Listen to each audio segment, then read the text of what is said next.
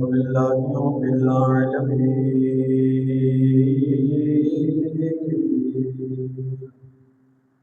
والصلاة والسلام على سيد الأنبياء والمرسلين أما بعد فأعوذ بالله من الشيطان الرجيم بسم الله الرحمن الرحيم قال الله تبارك وتعالى في القرآن المجيد والفرقان الحميد بسم الله الرحمن الرحيم واصبر نفسك مع الذين يدعون ربهم صدق الله العظيم وبلغنا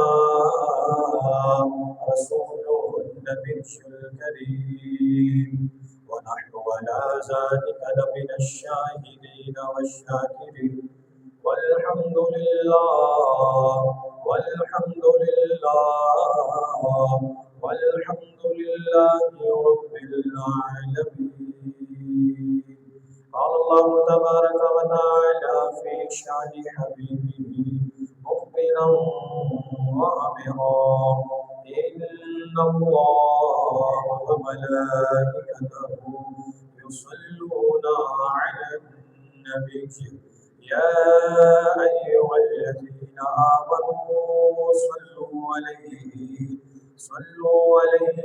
وسلموا تسليما بلند آواز سے پڑھ لے الصلاة والسلام عليك يا سيدي يا رسول الله الصلاة والسلام عليك يا سيدي يا حبيب الله الصلاة والسلام عليك يا سيدي يا محبوب الله الصلاة والسلام عليك يا سيدي يا محبوب الله وعلى آلك وأصحابك يا سيدي يا رحمة للعالمين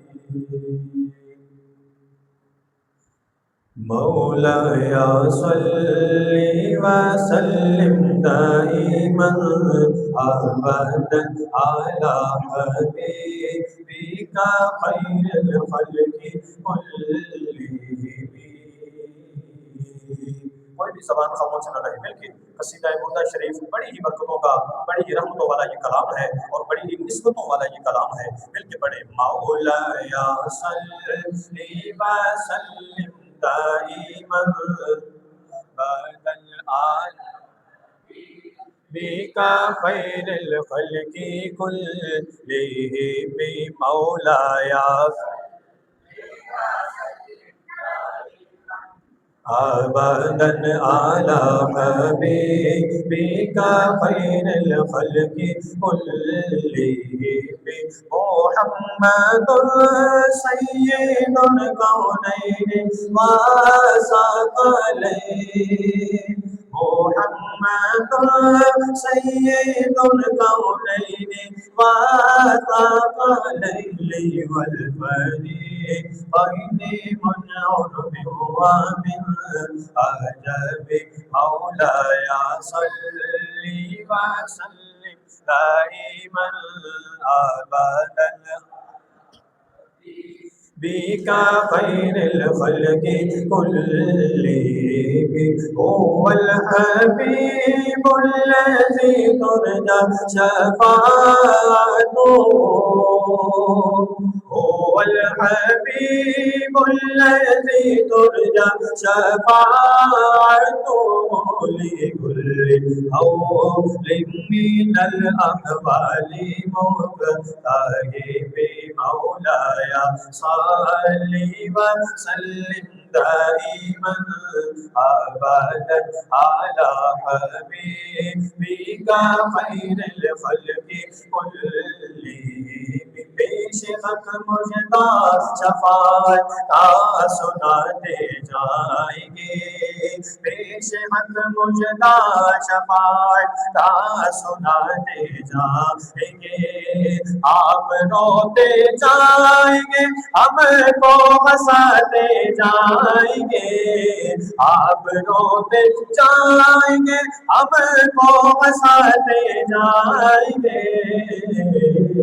مولایا صلی وسلم دائما اعلی حبیبک خیر الخلق کلہم، وسعت دی ہے خدا نے دامن محبوب کو، وسعت دی ہے خدا نے دامن محبوب کو، جرم کھلتے جائیں گے اور وہ چھپاتے جائیں گے، جرم کھلتے جائیں گے اور وہ چھپاتے جائیں گے، مولایا صلی وسلم دائما ابدا علی حبیبک خیر الخلق کلہم، میں وہ سنی ہوں جمیل قادری مرنے کے بعد، میں وہ سنی ہوں جمیل قادری مرنے کے بعد، میرا لاشا بھی کرے گا حسنا تو وسنا، میرا لاشا بھی کرے گا حسنا تو وسنا، مولایا صلی وسلم دائما ابدا بیکا خیر الخلق کلہم۔ حضور کی خدمت میں ہدیہ نعت پیش کرنے کے بعد حضور علیہ الصلوۃ والسلام نے ارشاد فرمایا کہ جو میرا غلام میری ذات پر کثرت سے درود پاک پڑھے، حضور نے ارشاد فرمایا کہ جو میرا غلام میری ذات پر کثرت سے درود پاک پڑھے گا تو میرے نبی نے ارشاد فرمایا میرے اس امتی کا نام شہیدوں کی لسٹ میں شامل فرما دیا جائے گا۔ اگر کوئی 313 بار روزانہ حضور کی ذات پر درود پڑھ لے تو اس کا شمار کثرت میں درود پڑھنے والوں میں ہو جائے گا۔ قرآن کریم کی سورہ کہف سے آیت نمبر 28 تلاوت کرنے کا شرف حاصل کیا۔ اللہ نے قرآن میں ارشاد فرمایا وَاصْبِرْ نَفْسَكَ مَعَ الَّذِينَ يَدْعُونَ رَبَّهُمْ، اللہ نے ارشاد فرمایا کہ اے محبوب، اے میرے پیارے محبوب، آپ ان کے ساتھ رکے رہیے، ٹھہرے رہیے، ان کے پاس بیٹھ جائیے، ان کو اپنے وقت سے نواز دیجئے۔ عرض کی رب کائنات کن لوگوں کے ساتھ بیٹھ جاؤں؟ تو اللہ نے ارشاد فرمایا کہ الذین یدعون ربہم، اللہ نے فرمایا کہ جو میرا نام لیتے ہیں محبوب ان کے ساتھ بیٹھ جائیے۔ اس آیت مقدسہ کا شان نزول ذرا سماعت فرما لیجیے، پھر سمجھ آ جائے گی۔ اللہ رب العزت نے حضرت عمار، حضرت بلال حبشی اور اسی کے ساتھ جو غریب تر جو صحابہ کرام تھے، جب میرے محبوب ان کے ساتھ بیٹھنے لگ گئے، جب ان کو اپنا وقت دینے لگ گئے، تو دوسری طرف ابو جہل اور دوسری طرف جو ہے ابو لہب، عتبہ، شیبہ، یہ جو بڑے بڑے سردار ہیں، انہوں نے حضور سے یہ کہا کہ اے محمد صلی اللہ علیہ وسلم، کہاں تو ان غریبوں کے ساتھ بیٹھا ہوا ہے، ان غریبوں کو، ان غلاموں کو چھوڑ ہمارے پاس آ کر بیٹھا کر، تیری شان بڑھے گی، تو امیروں میں آ کر بیٹھے گا، بڑے بڑے رئیسوں میں آ کر بیٹھے گا، ان غریبوں کو چھوڑ دے۔ تو اللہ نے فوراً یہ آیت مقدسہ نازل فرما دی وَاصْبِرْ نَفْسَكَ مَعَ الَّذِينَ يَدْعُونَ رَبَّهُمْ، اللہ نے ان غریبوں کو جن کے دل کے اندر ایمان زندہ ہے، اللہ نے فرما دیا کہ محبوب ان امیر لوگوں کی، ان رئیس لوگوں کی، یہ جو اپنے آپ کو سردار کہتے ہیں، ان کی باتوں میں نہیں آنا، کیوں کہ ان کے دل ایمان سے خالی ہیں، اور دوسری طرف جو ہیں غریب، ہیں غلام، پیشہ ور غلام ہیں، لیکن ان کے دل میں ایمان ہے، محبوب آپ نے انہی کے ساتھ رہنا ہے، غریبوں کے ساتھ رہنا ہے۔ اور میرے نبی نے ارشاد فرمایا یہ جو دین ہے یہ میری امت کے غریب لوگوں تک محدود رہ جائے گا۔ آج میں جس ہستی کے متعلق گفتگو کرنا چاہ رہا ہوں وہ ہستی کسی تعارف کی محتاج نہیں، ان کا نام ہی کافی ہے۔ ان کا نام کیا ہے؟ ان کا جو لقب ہے جو حضور نے ان کو عطا فرمایا، حضور نے ارشاد فرمایا کہ اے بلال تو میرا مؤذن ہے، مؤذن رسول، عاشق رسول، محب رسول۔ حضور سے ایسی محبت کرنے والے جناب حضرت سیدنا بلال حبشی رضی اللہ تعالی عنہ، آپ کی ہی زندگی کے متعلق، آپ کی سیرت کے متعلق چند ایک باتیں میں نے گزارش کرنی ہے، اور اگر آپ ذوق سے بیٹھیں گے تو انشاءاللہ لطف آئے گا، ایمان تازہ ہوگا کہ اللہ کے محبوب نے کیسا نوازا اپنے غلاموں کو۔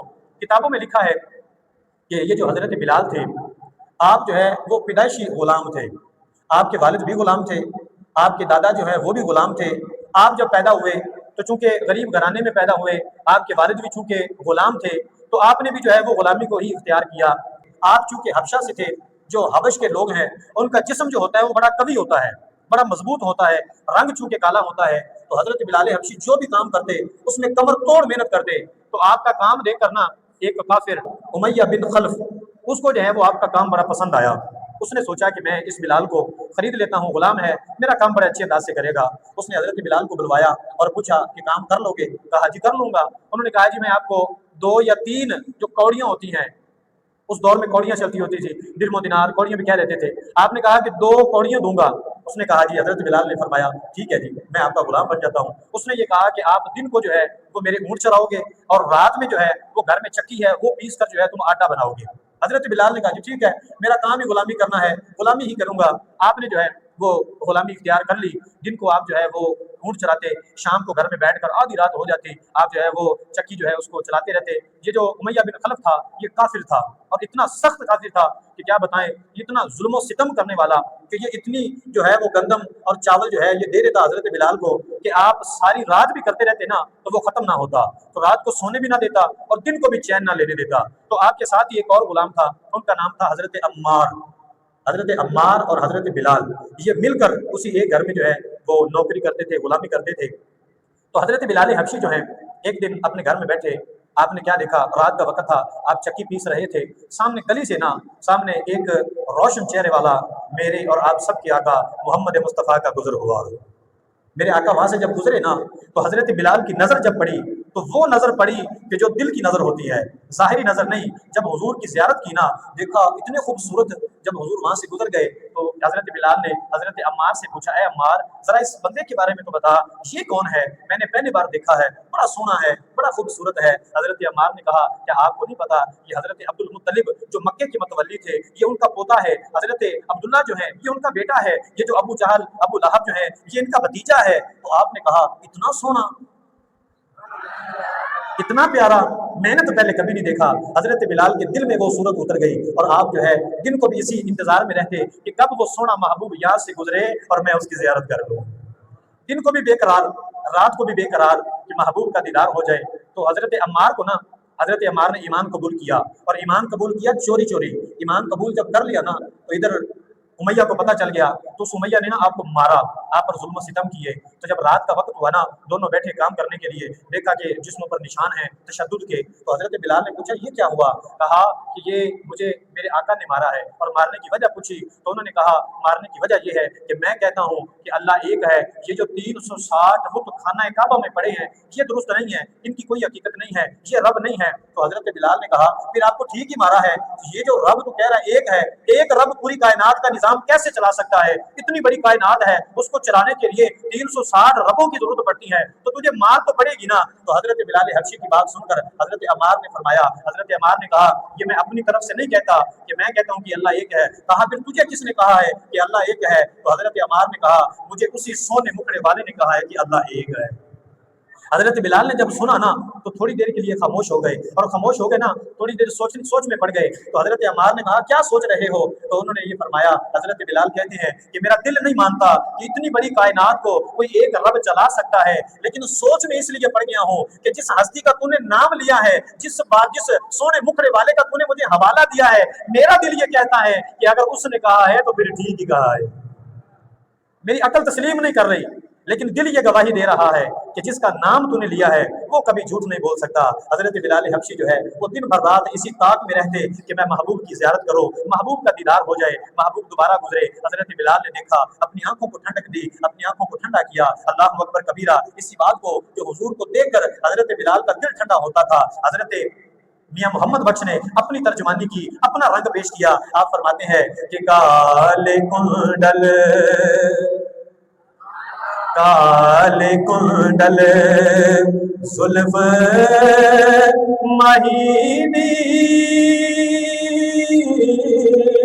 جھال جھلے ہن کیڑا اک نل اک نل اک ملا محمد دل اٹھ کھڑیا دل میرا اکھ نل اکھ ملا محمد لٹ کھڑیا دل میرا۔ حضرت بلال حبشی نے حضرت عمار سے کہا عقل اس بات کو تسلیم نہیں کرتی کہ رب ایک ہو سکتا ہے، لیکن عمار جس کا تو نے حوالہ دیا ہے، تو نے یہ کہا کہ محمد مصطفیٰ نے کہا ہے، میں بلال مان لیتا ہوں اللہ ایک ہے، اللہ کے سوا کوئی عبادت کے لائق نہیں۔ حضرت بلال فرماتے ہیں حضور کے کچھ صحابہ ایسے ہیں، کچھ ایمان لانے والے ایسے ہیں کہ جنہوں نے آسمان کے چاند کے ٹکڑے ہوتے ہوئے دیکھا، انہوں نے ایمان قبول کر لیا، کہ کسی نے درخت کو چلتے ہوئے آئے دیکھا، انہوں نے ایمان قبول کر لیا، کسی نے حضور کی مٹھی میں ان کنکریوں کو کلمہ پڑھتے دیکھا، انہوں نے ایمان قبول کر لیا۔ لیکن خدا کی عزت و جلال کی قسم، میں بلال وہ واحد مسلمان ہوں کہ جس نے کوئی معجزہ نہیں بلکہ محمد مصطفیٰ کا چہرہ دیکھا۔ یہ بلال وہ ہے کہ جس نے حضور کا چہرہ دیکھ کر ایمان قبول کر لیا، اس بات کا اقرار کر لیا کہ وہ جو محمد ہے صلی اللہ علیہ وآلہ وسلم وہ جھوٹ نہیں بول سکتے۔ اللہ اکبر کبیرہ۔ جب حضرت بلال نے ایمان قبول کر لیا، جب اس بات کا پتہ بنو امیہ کو چلا، اس امیہ بن خلف کو پتہ چلا، اس ابو جہل کو پتہ چلا، اس عتبہ اور شیبہ کو پتہ چلا، تو انہوں نے حضرت بلال حبشی پر ظلم و ستم کرنے شروع کر دیے، اور ظلم و ستم بھی ایسے کہ روح کانپ جاتی ہے۔ کیا کرتے کہ حضرت بلال کا جسم جو ہے نا، آپ کا جسم ننگا کر کے، آپ کی قمیض اتروا کے، آپ کو مدینے اور مکے کی سخت جو ریتلی، جو اتنی گرم ریت ہے، آپ اس پر جو ہے وہ الٹا لٹا کرنا، آپ کی چھاتی کے اوپر کئی منوں کا پتھر جو ہے وہ آپ کی چھاتی کے اوپر رکھ دیتے، اور چھاتی پر پتھر رکھ کے پتہ کیا کہتے کہ بول اب کلمہ پڑے گا، اب کہے گا کہ وہ محمد جو ہے وہ اللہ کا رسول ہے، اب کہے گا کہ اللہ ایک ہے۔ حضرت بلال حبشی جو ہے، حضرت بلال حبشی آپ خاموش رہتے، آپ کچھ بھی نہ کہتے، چونکہ غلام تھے، آگے سے مذمت تو کر نہیں سکتے۔ اللہ اکبر۔ جب انہوں نے ظلم و ستم کے پہاڑ توڑنے شروع کر دیے، انگارے جلا کر آپ کو اوپر لٹا دیتے، اور آپ کے جسم سے جو خون نکلتا، جو پیپ نکلتی، اس سے وہ انگارے تک بجھ جاتے، لیکن حضرت بلال اپنی زبان سے اس تک نہ کہتے۔ یہ جو امیہ بن خلف ہے، اس نے حضرت بلال کے بالوں کو پکڑ کر یوں گھسیٹ کر اور جھنجھوڑ کر کہا کہ کلمہ چھوڑتا ہے یا نہیں چھوڑتا؟ حضرت بلال نے فرمایا اگر کلمہ نہ چھوڑوں تو پھر کیا کرو گے؟ کیونکہ جب مظلوم اپنی جو ہے وہ آئی پر آتا ہے تو پھر وہ سب کچھ کر گزرتا ہے۔ حضرت بلال نے پوچھا اگر وہ کلمہ نہ چھوڑوں تو کیا کرو گے؟ اس نے کہا میں تیری جان نکال دوں گا، میں تجھے مار دوں گا۔ حضرت بلال نے فرمایا ہاں ٹھیک ہے، اگر تو نے مجھ سے اللہ کا جو کلمہ ہے اس کو تو نے دور کروانا ہے، اگر تو نے مجھ سے محمد مصطفیٰ کی محبت کو دور کروانا ہے تو پھر تو مجھے مار دے، کیوں کہ اگر محمد کی محبت نہ رہی میں اس جان کا کیا کروں گا؟ اگر محمد کی محبت ہی نہ رہی، محمد کا پیار میرے دل میں نہ رہا، میں نے تیری اس محبت کا، میں نے اس جان کا کیا کرنا ہے؟ تو مجھے مار دے، میں مرنا پسند کروں گا۔ اللہ اکبر کبیرہ۔ یا حی یا قیوم۔ حضرت بلال حبشی نے جو ہے وہ آپ نے ایمان کو نہ چھوڑا، ظلم سہتے رہے، اتنے ظلم سہے، میرے آقا کو پتا چلا، میرے حضور کو جب علم ہوا کہ میرے بلال پر ظلم ہوتے ہیں، میرے بلال نے کلمہ پڑھ لیا ہے لیکن اس کو دن رات جو ہے اس کو سزائیں دی جاتی ہے، بلال ادھر ظلم و ستم کی وجہ سے رو رہے ہیں، میرے آقا گھر میں اپنے غلام کی جدائی کی وجہ سے رو رہے ہیں۔ میرے آقا بھی رو رہے تھے کہ میرے بلال کس حال میں ہوگا۔ یہ محبت ہے، یہ پیار ہے۔ اعلیٰ حضرت فرماتے ہیں نا کہ فریاد امتی جو کرے حال زار میں، فریاد امتی جو کرے حال زار میں، ممکن نہیں کہ خیر بشر کو خبر نہ ہو۔ بلال جب تڑپ رہے تھے، رو رہے تھے، میرے آقا بھی رو رہے تھے کہ کاش میرا بلال میرے پاس آ جاتا۔ تو حضور ایک مرتبہ اتنا روئے کہ آنسوؤں کی جھڑی لگ گئی۔ حضرت ابو بکر صدیق آپ آئے اور آپ نے پوچھا یا رسول اللہ میری جان آپ پر قربان ہو، آپ کیوں رو رہے ہیں؟ آپ کے رونے کی کیا وجہ ہے؟ میں یہ برداشت نہیں کر سکتا کہ آپ کی آنکھوں سے آنسو بہے۔ اور ابو بکر دیکھتا رہے تو میرے نبی نے ارشاد فرمایا اے ابو بکر مجھے اپنے بلال سے بڑی محبت ہے، مجھے اپنے بلال کی یاد ستا رہی ہے۔ اے ابو بکر کیا ایسا ہو سکتا ہے کہ تم بلال کو خرید کر لے آؤ، تم بلال کو ان کے ظلم و ستم سے نجات دلا کے لے آؤ؟ حضرت ابو بکر صدیق نے ہاتھ جوڑ کر گزارش کی یا رسول اللہ صلی اللہ علیہ وآلہ وسلم آپ صدیق کی جان بھی مانگیں گے، صدیق حاضر کر دے گا۔ آپ صدیق سے صدیق کی جان بھی مانگے تو صدیق تو وہ بھی حاضر کر دے گا۔ حضرت ابو بکر صدیق فوراً گئے،